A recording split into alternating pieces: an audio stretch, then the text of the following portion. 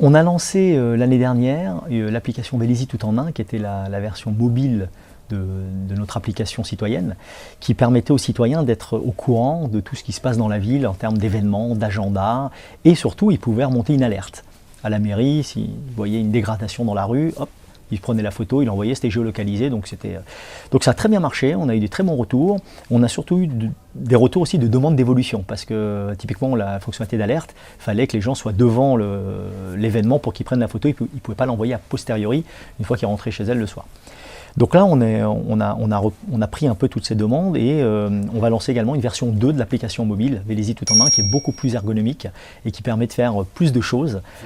Et on va également supporter, d'un point de vue mobile par exemple, la notion de sondage, d'enquête, qu'on pourra transmettre aux citoyens directement sur mobile pour simplifier justement la connexion et la rapidité dans les réponses. Donc la fibre optique, le chantier se déroule comme prévu, va même un peu plus vite que ce qu'on avait anticipé. Aujourd'hui, le lot 1 est terminé, donc le partenaire Orange a fibré toute la zone Vélizy-Bar, l'est de la rue Grange-Lamerose, Pointe-Ouest, et donc maintenant on s'attaque au lot 2.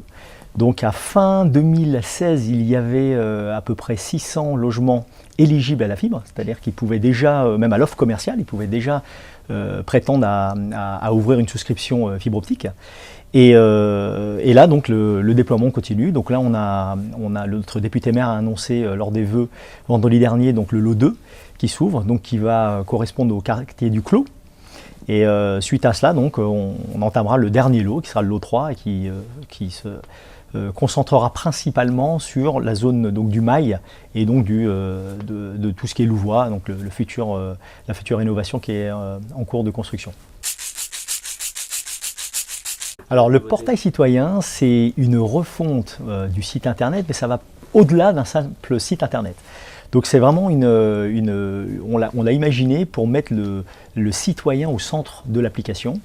Donc c'est déjà un site internet avant tout, qui a été complètement revu, repensé, avec une ergonomie tout à fait moderne, avec un moteur de recherche contextuel. Donc ça va permettre aux citoyens de rapidement trouver l'information qu'ils recherchent et non pas se perdre dans des méandres de menus qui l'amènent à la fin à une information qu'ils ne recherchaient pas. Et on a rajouté également une notion de tableau de bord, qu'on appelle dashboard en anglais.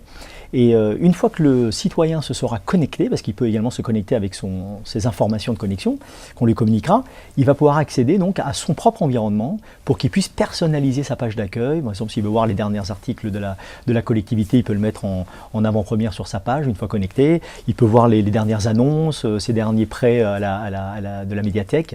Donc on a vraiment fait un portail qui va lui permettre d'avoir une vue 360 degrés sur ce qu'il fait dans sa ville.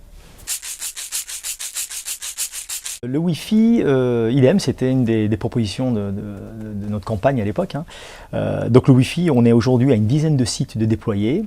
Le prochain site sera le site Louvois une fois qu'il sera terminé. Donc aujourd'hui, on a différentes bornes Wi-Fi. On est en train d'installer maintenant des panneaux physiques pour que les gens puissent se rendre compte qu'il y a une zone couverte par le Wi-Fi.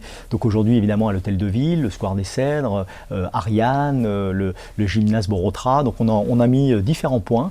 Donc il y en a une dizaine de sites et ça simplifie beaucoup l'accès parce que justement, c'est du très haut débit et les gens peuvent se connecter avec leur profil citoyen et disposer de plusieurs heures par jour sans avoir à consommer leur propre forfait de leur opérateur.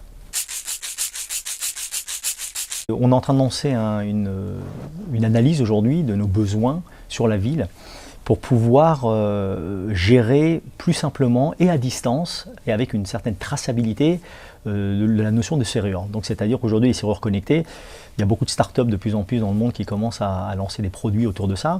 Donc c'est très simple, donc il y a le côté mécanique, on va installer des vraies serrures physiques. Par contre, elles peuvent être pilotées à distance via un site internet, via un logiciel. Et ça permet surtout, nous, de donner de nouveaux types d'accès à des citoyens. Par exemple, via un code qu'ils reçoivent par SMS pour une heure donnée, un créneau horaire donné pour accéder à une salle ou par exemple à Ariane lors d'une réunion d'association ou à un gymnase. Et le but, c'est que toutes les futures infrastructures publiques soient migrées petit à petit vers ces fameuses serrures connectées pour que demain même la future police municipale nationale puisse contrôler depuis leurs futurs locaux globalement toutes les serrures de la ville.